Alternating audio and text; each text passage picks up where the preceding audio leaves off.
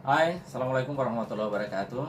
Selamat pagi, Om Swastiastu, salam kebajikan dan salam sejahtera untuk kita semuanya.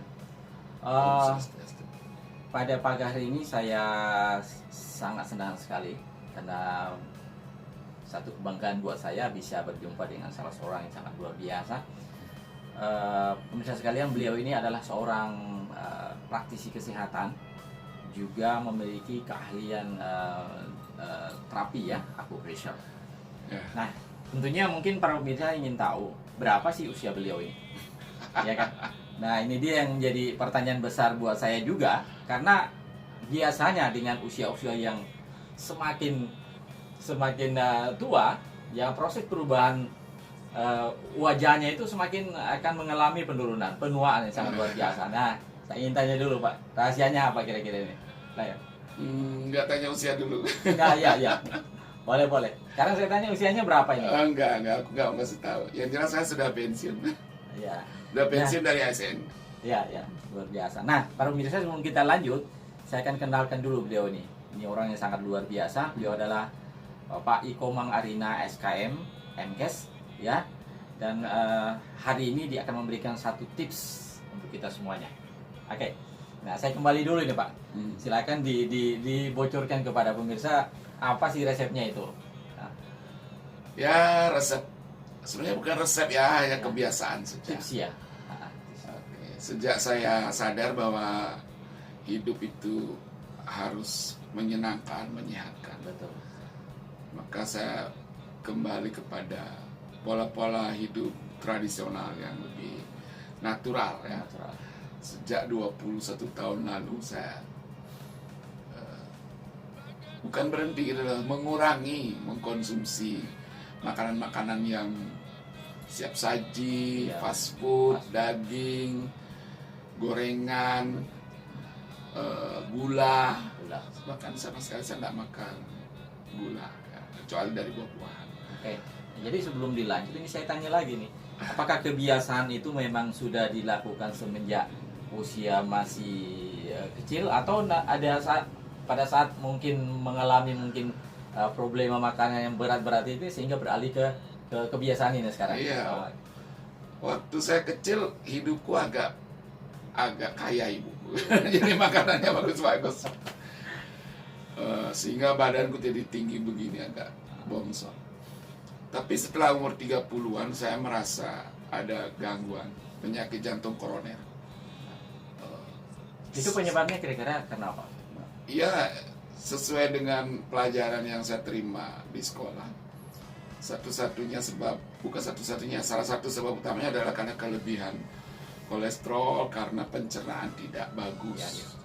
Karena tubuh kita terlalu dibebani dengan makanan yang berat-berat, kemudian sampah-sampah itu tidak terolah, menyempitlah dia di pembuluh darah, menyebabkan penyakit jantung koroner. Saya masih muda waktu itu, baru umur 32 tahun. 32 tahun. Wah, ini dokter bilang faktor risiko yang paling penting kau harus kendalikan makan. Jadi di agama apapun itu saya yakin bahwa mengurangi makanan yang berat itu merupakan hal yang sangat ya Ya. penting juga sebenarnya ya. Oke. Iya, betul. Karena kalau kita makan terlalu berat, enzim dalam tubuh kita tidak mampu, selalu berpaksa gitu loh. Ya, kerja secara Sehingga terpaksa ya. apalagi kalau makanannya makanannya tidak segar gitu loh, sudah digoreng, direbus, dibakar, dimasak, dipanaskan lagi, dikasih penyedap, dikasih pewarna, perasa. Jadi enzim dari makanan itu hilang. Sementara kita memang punya enzim dalam tubuh kita ya, untuk mencernakan, untuk proses-proses metabolisme. Tapi kalau enzim kita itu dikuras untuk mengolah makanan, maka kebutuhan enzim di sistem-sistem yang lain juga akan terkuras. Luar biasa ini. Nah, itu salah satu sebabnya kenapa orang mengalami penyempitan pembuluh darah, banyak sampah, banyak gas, sakit mah, dan semua itu karena menurut teori adalah kekurangan enzim. Kurang enzim. Bapak tahu itu enzim? Ini dia yang harus ditanyakan hari ini. Nah, Ini sangat menarik pembahasan kita pada pagi hari ini. Kayaknya para pemirsa juga semakin penasaran ini ya. Nah, sekarang seberapa pentingkah enzim itu bagi tubuh manusia? Nah, ini dia. Enzim itu menurut para ahli yang sudah meneliti sangat vital. Kalau tidak ada enzim, berarti proses metabolisme itu tidak bisa berjalan. Kalau kekurangan enzim, berarti proses metabolisme akan berjalan lambat. Ibaratnya mobil, mesinnya rusak, banyak makan bensin tapi tenaganya kurang. Ya, proses pembakaran terganggu ya. Ya, itulah fungsi enzim. Enzim itu adalah senyawa biomolekuler yang memungkinkan terjadinya proses metabolisme secara cepat, efektif, dan efisien. Jadi kalau tidak ada enzim, proses itu tidak akan berjalan. Paham ya? Proses metabolisme dalam tubuh kita. Ya. Gitu. Bapak tahu metabolisme itu kan dua. Katabolisme itu artinya penguraian. Jadi kalau kita makan, contohnya ini makan pisang ya. Ini makan pisang ini, di dalam pisang ini ada enzimnya, toh. Tapi kalau pisang ini udah digoreng lagi, dibungkus tepung lagi, maka enzimnya mati. Toh. Nah, di dalam pisang ini juga ada gula, ada karbohidrat, ada fruktosa, ada glukosa. Nah, itu mau diserap oleh tubuh harus diuraikan dulu. Itu namanya katabolisme. Setelah diuraikan menjadi molekul yang lebih sesuai dengan tubuh kita, baru bisa diserap. Nah, penguraian itu butuh enzim. Nah, salah satu contoh enzim yang mengolah gula itu di mulut, namanya amilase. Nah, tapi sayang orang-orang sekarang makan pun terburu-buru. Artinya mungkin sebagai kesimpulan dari saya, berarti sifatnya enzim ini jika dalam tubuh itu dia berfungsi sebagai katalisator seperti itu. Ya, memang dia katalisator dia. Ya. Dia mempercepat, mempermudah terjadinya proses metabolisme. Oke. Nah, sekarang saya kembali. Nah, biasanya kalau orang mengidap penyakit tertentu, apakah diabetes, ya penyakit jantung koroner, kolesterol, asam urat dan lain sebagainya. Nah, kadang-kadang kalau mereka ini kita berikan semacam suplemen ya, apa saja ya. Kadang-kadang penyerapannya itu ya ada mungkin hanya berkisar 20%, 30%. Ada penyerapannya lebih cepat. Bahkan ada sama sekali tidak terjadi penyerapan di tubuh. Tidak ada reaksi yang dirasakan. Nah, apakah ini merupakan salah satu penyebab kurangnya enzim itu? Oh iya. Kalau terjadi mau penyerapan kan harus dicerna dulu ya. Dicerna. Kalau dicerna, kalau tidak ada enzim, tentu saja akan jadi sampah nanti. Benar, itu barang. Dia akan buang dengan percuma ya. Iya, jadi tidak diserap kan gitu loh. Jadi enzim ini hal pertama yang dibutuhkan untuk urusan nutrisi. Ya, walaupun nutrisinya bagus, karbohidratnya cukup, proteinnya cukup, lemaknya cukup, tapi kalau tidak ada enzim yang cukup di dalam pencernaan itu, maka semua itu akan mubasir, jadi sampah. Nah, sampah itu menimbulkan gas. Gas yang berlebihan. Gas jadi asam. Timbullah sensasi sakit mah, orang bilang itu. Karena lambungnya terasa teriris akibat adanya gas itu. Tekanan gas asam lambung yang berlebihan. Seperti itu. Luar biasa sekali pembahasan kita ini. Pagi ini ternyata saya baru tahu hari ini memang enzim ini merupakan unsur kehidupan manusia juga. Oh ya? ya? Iya. Kenapa? Tadi dikatakan dari awal para pemirsa bahwa enzim ini kalau di tubuh kita habis, maka bisa jadi ya kita mengatakan bahwa kehidupan itu sudah akan berakhir. Sebenarnya tidak akan habis, cuma berkurang. Berkurang. Dipaksakan kalau misalnya, andai kan kenapa orang terjadi diabetes ya? Benar. Kencing manis ya. Diabetes sekarang ada tipe 1, tipe 2. Tipe 1 itu karena keturunan, karena dia. Tipe 2 itu karena apa? Kelebihan makan gula. Kelebihan makan gula itu menyebabkan saluran pencernaan itu dipaksa terus untuk mengeluarkan enzim. Yang bertugas itu adalah pankreas.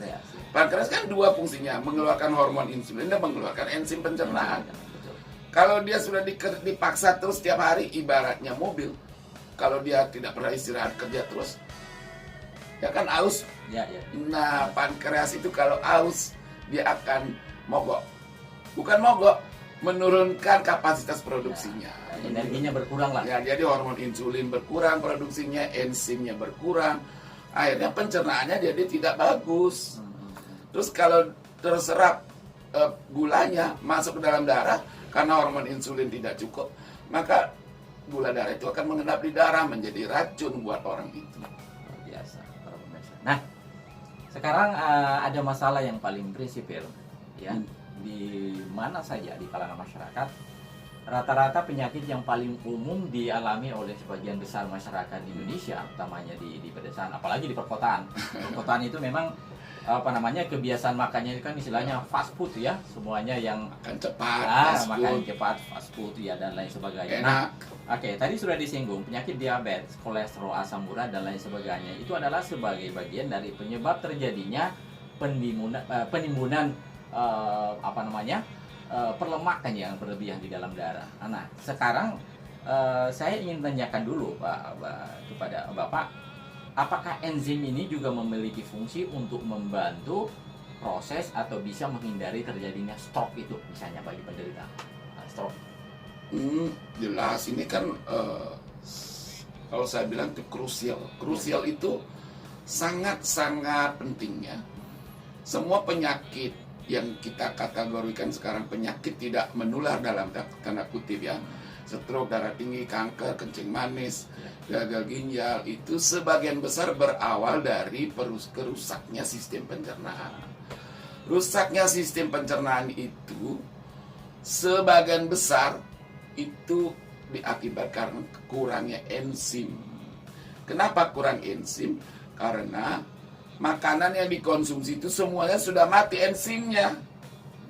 Sayur, buah, apapun, daging, ikan, semua dia bawa enzim untuk menghancurkan dirinya sendiri. Tetapi karena dia dimasak, digoreng, Anda tahu kalau enzim itu, kalau buah atau apa makanan itu kalau di suhu 45 sampai 115, enzimnya udah mati semua. Mati semua. Nah, kalau tidak ada enzim, tidak ada pembusukan. Benar. Pernah cium bau kentut busuk? Iya, iya.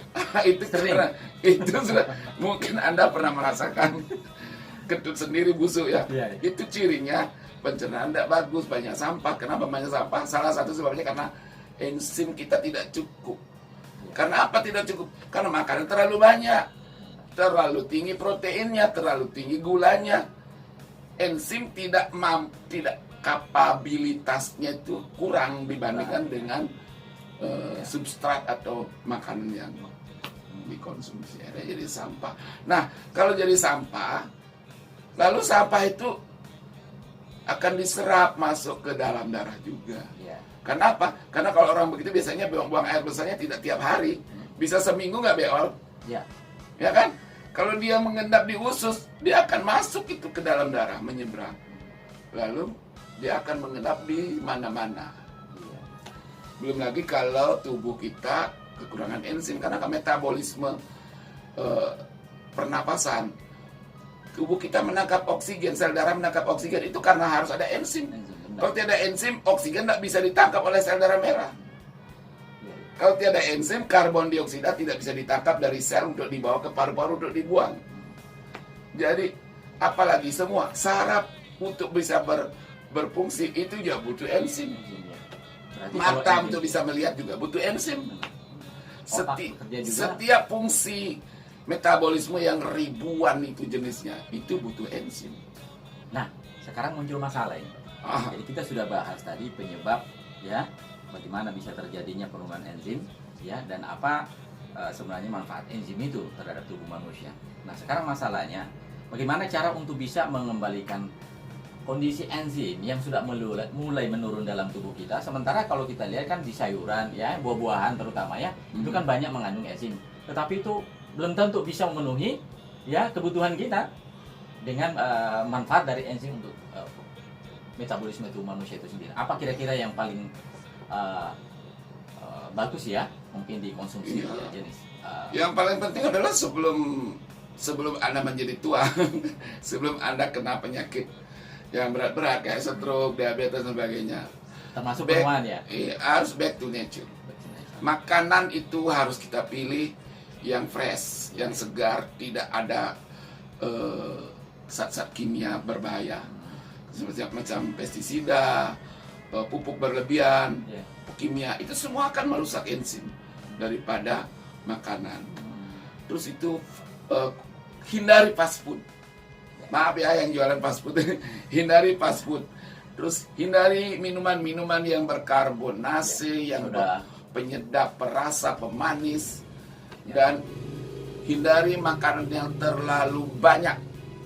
Maksudnya kalau sedap itu, porsinya ya. Kalau sedapnya sih kita pasti akan kebablasan dong. Itu yang paling penting dulu.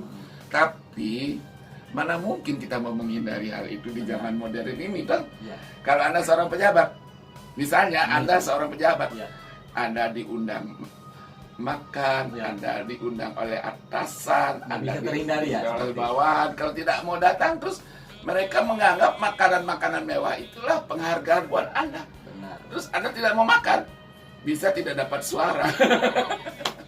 Nah, sekarang pertanyaannya, ya, kalaupun kita tidak bisa menghindari makanan itu, ya, seperti sajian tadi, ada enggak cara yang paling pas, ya, kita lakukan, misalnya mengkonsumsi suplemen atau obat-obatan yang mungkin memiliki kandungan enzim lah, yang bisa mengurai, yang bisa membantu proses metabolisme dalam tubuh kita. Ya, satu-satunya cara kita harus ambil suplemen. Ya, seperti apa ya? Ya. Suplemen itu berbagai macam ya, tetapi kalau mau untuk mengharapkan ada enzim, tentu suplemen yang teknologinya itu betul-betul bisa menyerap enzim pada bahan bakunya. Yang berbahan baku buah-buahan yang kadar enzimnya tinggi.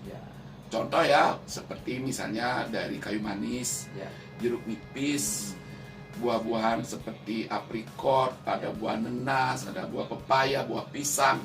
Itu semua mengandung enzim. Nah, dengan teknologi yang sangat maju di zaman sekarang namanya teknologi nano. Itu bisa diambil ya dalam jumlah yang sangat kecil sekali. Kalau saya terus terang aja buat diri saya, karena saya biasa makan yang segar, seperti yang Anda tahu, saya tidak terlalu perlu suplemen itu. Tapi bagi teman-teman yang tidak bisa menghindari, maksudnya tidak harus bertahan pada pola makan modern yang kayak sekarang, kebiasaan ini. Daripada Anda terancam kena penyakit kolesterol, penyakit diabetes yang mematikan itu cancer, lebih baik keluarkan sedikit dana Anda untuk membeli suplemen. Untuk menghindari hal yang fatal, ya. Seperti itu. Seperti kalau tempat saya kan buka klinik ya. Ada pasien saya yang mengalami penyakit degeneratif itu. Saya selalu sarankan kembali ke pola makan. Tapi pejabat-pejabat mengeluh, Pak, tidak mungkin saya akan meninggalkan enaknya contoh kondro, ikan bakar. Tolong Pak Man, apa yang ya kalau begitu Anda harus beli suplemennya. Ya, nama suplemennya itu apa kira-kira yang paling cocok untuk khususnya untuk para pejabat? Sebenarnya banyak itu produk-produk di lapangan banyak, tapi saya lebih percaya kepada satu produk. Ini kebetulan kalau saya juga tidak bisa menghindari makan begitu ya. Walaupun saya vegetarian tetap juga karena itu gorengan, tempe digoreng, tahu digoreng. Benar. Kan? Semuanya serba goreng. Sambal tadi malam digoreng. Tentu kalau tidak ada penyedap. Kalau di rumah saya tidak ada penyedap, tidak ada perasa, tidak makan gula. Tapi kalau di hotel, di restoran tidak bisa. Tetap. Jadi saya selalu bawa yang ini barang ini saya bawa terus. Ini namanya apa ya?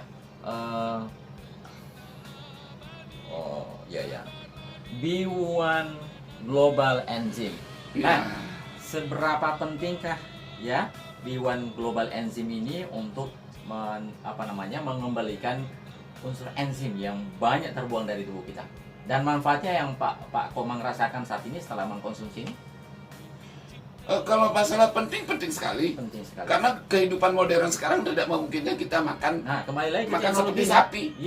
Sekarang kan banyak jenis-jenis obatan yang mengandung enzim. Ah. Sekarang ini apakah dia menggunakan teknologi yang mungkin yang lebih spesial ya mungkin ya dibanding teknologi Ya, yang selama ini? Kalau ini terus terang aja saya sudah pakai, Ya, ya, istri saya sudah pakai, pasien sudah pakai. ya. Bisa dibuka botolnya Pak supaya para pemirsa mungkin bisa tahu. Jangan, Ya, jangan diminta. ya. Nanti bapak tertarik lagi. Ini makin penasaran nih Pak pemirsa ya. Nah ini Nah, mau coba? B1 Global Enzim. Boleh, Mau boleh. coba? Ini rasanya. Jangan dulu. Ya. Baik, para pemirsa, ya satu hal lagi yang saya ingin tanyakan kepada narasumber kita ini, Bapak Eko Mangkalina. Selama Bapak mengkonsumsi atau menggunakan B1 Global Enzim itu, karena biasanya ya 80% saya yakin ya setiap orang itu pasti bermasalah di pencernaan. Ya. Ya. Nah, apa yang Bapak rasakan setelah mengkonsumsi enzim itu? Ya, karena tadi Ya. di awal penjelasan dikatakan bahwa enzim ini juga bisa membantu proses metabolisme pencernaan kita. Nah, apa yang Bapak rasakan? Ya. Iya, sebelum saya konsumsi enzim ini, Ya. walaupun saya itu makan vegetarian ya, Hmm. tapi tidak vegetarian 100% ya. Kalau di rumah saya tidak siapkan daging, Hmm. tetap juga saya terancam pencernaan. Karena kalau saya bertamu, karena mungkin kita menolak gitu loh. Benar. Paling kita ambil sedikit gitu. Nah seringkali kalau sudah terpaksa saya makan begitu, saya pasti terasa bersendawa, Hmm. kembung, Ya. tidak enak. Kalau beolnya aduh busuk, So, ya. bau sekali kentutnya. Terus itu kalau mandi udah kena air ini udah langsung gu. Ya. Tapi ini saya konsumsi ini sejak minggu lalu. Iya. Minggu lalu nih saya dapat ini barang ini. Sudah berapa kali di Tiap konsumsi? hari, Tiap hari. karena Maksudnya- saya kan terus keluar toh. Iya, iya. Pagi Ya, atau malam? pagi dan malam. Pagi dan malam. Caranya Ditangsel aja sendiri di bawah lidah, berapa tetes ya? 5 tetes. Ya. Kalau saya kan tadi udah minum ya, saya peragaan begini aja. Oh, di bawah lidah Hmm. supaya proses penyerapannya itu langsung Langsung bawah lidah. bawah lidah. Nah sekali-sekali kalau istri saya lebih parah dia masalah pencernaannya. Iya, iya. Walaupun dia juga vegetarian, tetap juga dia bersendawa terus.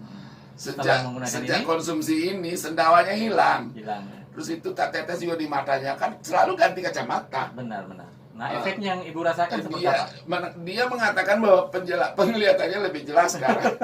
Entahlah, saya tidak tahu kalau dia yang rasa gitu loh. Iya, iya, iya, benar. Nah itu manfaatnya. Yang jelas bagi saya sangat bagus untuk pencernaan ini. Tapi mudah-mudahan saya tidak kena kolesterol, tidak kena diabetes. Nah kalau untuk pasien yang diabetes ini sangat saya referensikan. Jadi bagus sekali ya untuk referensi. Nah, ini kalau bicara masalah penting-penting ini kayaknya lebih penting ya kalau saya menyimak penjelasan dari Pak Komang tadi ini. Yang lebih penting lagi ini saya ingin tahu karena saya butuh juga ini. Berapa sih harganya dan kemana kita harus dapatkan ini? Ya. Ini dia. Ini harganya kalau saya beli Ya. di perusahaan Ya, dengan membership ya. ya, ya. Karena barang-barang begini Langka. jarang dapat di apotik, dan kalau ada di marketplace saya juga ragu. Iya, ya benar. Jadi Gampang harganya- cari di marketplace, harganya selalu di bawah-bawah gitu. Ya, Saya kalau harga murah tuh saya ragu. Saya beli langsung perusahaannya. ya. Saya telepon, dan kirim uangnya, transfer. 675 dapat 5 begini. Ya, bisa ditunjukkan ke pemirsa itu seperti apa ya boxnya? Kebetulan saya tidak bawa, saya cuma bawa ini kemana-mana. Oh, iya. 675 dapat 5 botol ini. Nah, botol. 5 botol ini. Nah, kalau dibagi rata berarti sekitar 130-an. 130 ya, 130-an per botolnya. Luar biasa. Tapi saya jual ke pasien dan nggak mau rugi dong. Benar. Kalau ke pasien kadang saya jual 200. Baik. Nah, ini sangat menarik sekali. Nah, sebelum kita akhiri perbincangan kali ini ada satu hal yang saya tanyakan. Saya pernah mendengar sebelumnya ya testimoni yang sudah menggunakan ini ya orang yang mengalami apa ya tuli bahkan sudah menggunakan alat Alat bantu dengar. bantu dengar itu setelah dia menggunakan ya B1 Global Enzim ini diteteskan pada bagian telinganya, ternyata dia bisa mendengar seperti biasa, bahkan sudah lepas alat bantu itu. Ini hubungannya apa ini dengan enzim ini? Saya sudah katakan tadi bahwa setiap fungsi daripada organ tubuh kita membutuhkan nutrisi. Nutrisi itu ada hanya kalau ada enzim. Jadi kalau tidak ada enzim, misalnya di sel saraf di telinga, butuh proses pendengaran itu kan butuh juga fungsi saraf yang benar, peredaran darah yang bagus. Kalau dideteksi langsung, karena ini nano, langsung masuk ke titik target. Ya, target syaraf itu ya. Ya, saya percaya bahwa saat itu pun orang itu akan pulih itu fungsi metabolisme sistem pendengarannya. Langsung bisa mendengar, itu masuk akal. Kalau mata itu langsung ditetesi, langsung jadi bagus. Bahkan saya baca, saya nonton di YouTube, orang yang glaukoma, orang yang katarak, orang yang sudah bertahun-tahun tidak bagus penglihatannya jadi bagus. Masuk akal karena mata itu juga membutuhkan enzim ini untuk terjadinya proses metabolisme yang bagus. Kalau tidak bagus metabolisme di pembuluh darah di saraf mata ini, orang tidak bisa melihat juga. Karena retina kan tidak bisa berfungsi kalau tidak ada makanannya. Luar biasa. Ini sangat menarik sekali pembahasan kita. Jadi saya bisa menyimpulkan para pemirsa bahwa penggunaan enzim ini bisa memberikan sebuah harapan kehidupan buat manusia itu sendiri. Ibaratkan dalam komponen komputer atau CPU, kalau CPU-nya itu dijangkiti oleh virus, maka komputer itu tidak bisa dioperasikan. Nah, caranya bagaimana? Dia harus di-scan kembali.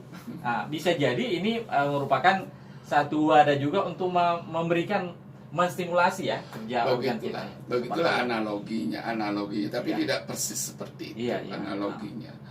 Yang jelas enzim ini sebagai dasar kehidupan. Jika tidak ada enzim, semua proses metabolisme itu akan berjalan sangat lambat, bahkan tidak bisa. Tapi tubuh kita kan memiliki enzim. Kalau makanan yang kita makan kekurangan enzim, dia akan mengeluarkan enzim, namanya enzim pangkal itu. Nah, kalau terlalu sering mengeluarkan enzim terlalu banyak, tenaga kita akan loyo, lobet. Anda pernah habis makan mengantuk? Benar. Karena terlalu banyak makan, tubuh memaksa mengeluarkan enzim supaya makanan itu dicerna, diolah. Sebab kalau tidak diolah mengancam keselamatan tubuh itu. Lama-kelamaan tubuh itu semakin lobet. Makanya orang kelihatan tua. Benar. Masih muda, umur 40 seperti umur 60. Nah, ini kembali ke umur ini. Sekarang kita main buka-bukaan. Ini usianya sekarang berapa, Pak? Yang jelas saya sudah pensiun tahun lalu. Jadi kalau umur pensiun berapa ya? Wah, luar biasa. Masih kelihatan, masih segar bugar. Tapi rambutku putih loh. Iya. Jadi bukan dilihat dari rambutnya, tetapi wajahnya mungkin yang paling penting lagi bro, kalau umur 60, 50-an lebih gitulah. Kalau enzim itu sudah drop, sampai fungsi ereksi pun akan drop. Nah, berarti dia semua fungsi itu akan mundur. Gitu ya. Tulang keropos, persendian kaku, pencernaan lemah, jantung lemah, mata kabur, kuping tuli, gigi copot. Daya seks menurun. Iya, daya seks itu kan cuma bunga-bunga hidup saja, tapi orang lebih suka dengan itu. Malah lebih suka tuh ereksi bagus daripada keropos tulang. Benar. Nah, itulah pemirsa bincang-bincang kita pagi ini ya. Sebelum saya akhiri jangan lupa like dan subscribe ya.